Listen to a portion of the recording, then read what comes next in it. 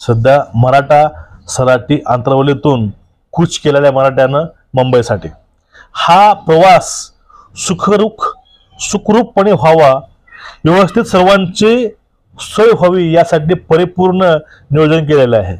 खाण्यापासून झोपण्यापासून दवाखाना मेकॅनिकल असं सगळे असेल। कुणाची गाडी बिघडली तर त्याचं मेकॅनिक तुमची गाडी दुरुस्त करून देईल। ह्या सर्व गोष्टी तिथे केलेल्या आहेत। डॉक्टरची सोय आहे, ॲम्ब्युलन्स आहे, जेवण नाश्ता आंघोळ ह्या सर्व गोष्टी आहेत।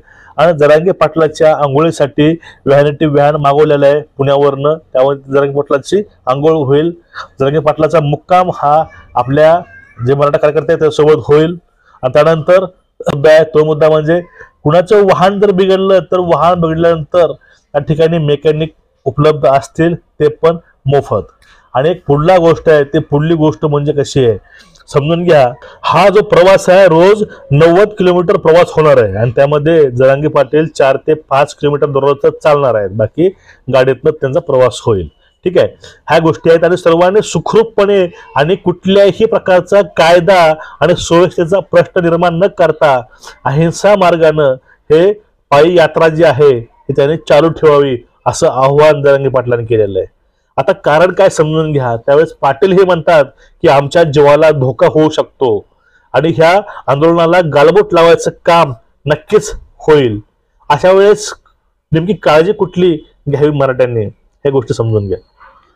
अशा वेळेस तुम्हाला वाटलं की आपल्या जवळचा किंवा आपल्या बाजूचा एखादा युवक किंवा एखादा व्यक्ती अशी ऍक्टिव्हिटी करत आहेत, त्या ठिकाणी त्याला पकडून पोलिसांच्या स्वाधीन करा। आणि प्रत्येकाने काळजी घ्या की आपल्यापासून कुठल्याही प्रकारचा दंगा किंवा एखाद्या वेळेस हिंसा किंवा एखाद्या वेळेस ज्या ठिकाणी कायदा सुव्यवस्थेचा प्रश्न निर्माण होईल असं कृत्य होणार नाही, ह्या गोष्टी नक्कीच ध्यानामध्ये ठेवा। कारण या आंदोलनाच्या विरोधामध्ये भरपूर ऍक्टिव्हिटी होतील, कारण हा प्रवास खूप लांबचा प्रवास आहे आणि ह्या प्रवासामध्ये मराठ्याला डिवचायचं काम होतील। फक्त अशा वेळेस त्याने संयम ठेवावा आणि आपलं ध्येय गाठेपर्यंत शांतप्रिय असं हे आंदोलन करावं, हे असं आव्हान पाटलांनी केलेलं आहे। आणि आता हे जो यात्रा चालू आहे ती यात्रा यशस्वी होऊ नये, हे आंदोलन यशस्वी होऊ नये यासाठी काही लॉब्या काम करत असतील, काही लोक काम करत असतील, काम करणारच। अशा वेळेस ह्या सर्व लोकांकडे प्रत्येक आंदोलकाचं लक्ष असलं पाहिजे आणि एनी टाइम त्याचं लक्ष वाच ह्या लोकांवरती असलं पाहिजे। कारण एवढे 1 ते 1.5 कोटी लोक यामध्ये ह्या गोष्टी होणार नाहीत। कारण जर एकमेकांना जर प्रत्येकानं प्रत्येकाची काळजी बाजूची काळजी घेतली तर अशी एकही ऍक्टिव्हिटी होणार नाही आणि ह्या आरक्षणाच्या पायदिंडीला गालबोट लागणार नाही। हे शासन फक्त ह्याच गोष्टी करू पाहत आहे, कशा प्रकारे यांची हिंसा वाढेल, कशा प्रकारे ह्याला हिंसक वळण येईल, त्यामुळे आपण हे आंदोलन थांबवू शकू ह्या गोष्टीकडे शासनाचं लक्ष असेल।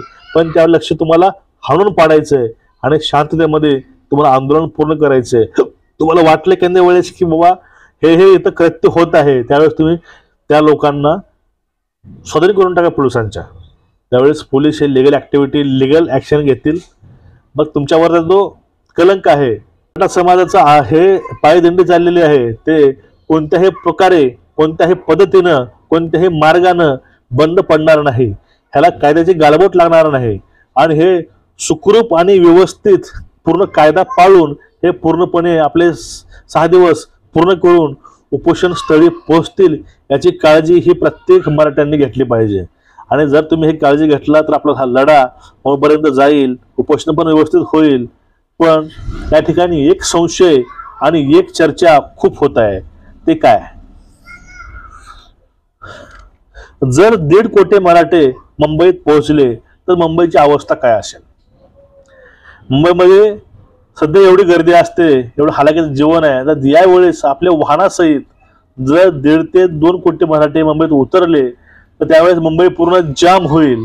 त्यामुळे शासन हे किती पण होऊ देणार नाही, या गोष्टी टाळायचा प्रयत्न शासन हा पुरेपूर करणारच। त्यामुळे ते नवीन नवीन कायदे काढेल किंवा हे जे पायदिंडी आहे ते पांगवायचं काम होऊ शकतं किंवा हे जे पायदिंडी आहे हे जर थांबवायचं काम होऊ शकतं। आणि शेवटला कुठलेच प्रयत्न करून झाले सर्व प्रयत्न, त्यावेळेस शासन आरक्षणाचा अध्यादेश सुद्धा काढू शकतं। केंद्राला मागणी करून तात्काळ बैठक बोलवून तात्काळ सभा आयोजित करून त्यामध्ये हे विधेयक सुद्धा पारित करून घेऊ शकतं.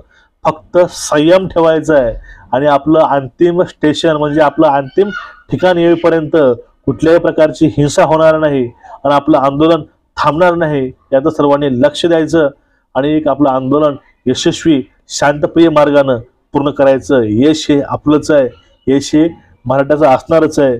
मराठ्यांचा जो हक्क आरक्षणाचा तो हक्क नक्कीच मराठ्यांना मिळून जाईल, यामध्ये काहीही शंका नाही.